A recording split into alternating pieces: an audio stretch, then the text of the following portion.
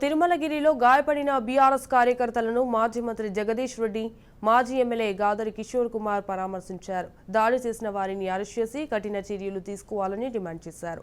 రైతాంగం పట్ల ప్రశ్నిస్తే దాడులు చేస్తారా అంటూ మండిపడ్డారు. బేషరతుగా వెంటనే రైతాంగానికి కాళేశ్వరం జిల్లాలో విడుదల చేయాలని డిమాండ్ చేశారు.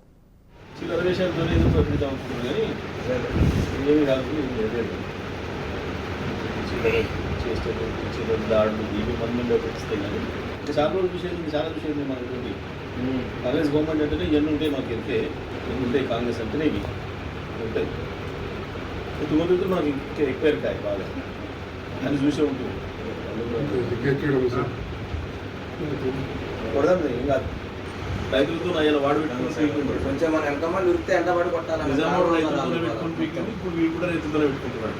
సింపుల్ లెక్క అది దీనికి అంతే, ఏం లేదు. రైతాంగం ముందుకు వస్తున్నారు. వాళ్ళే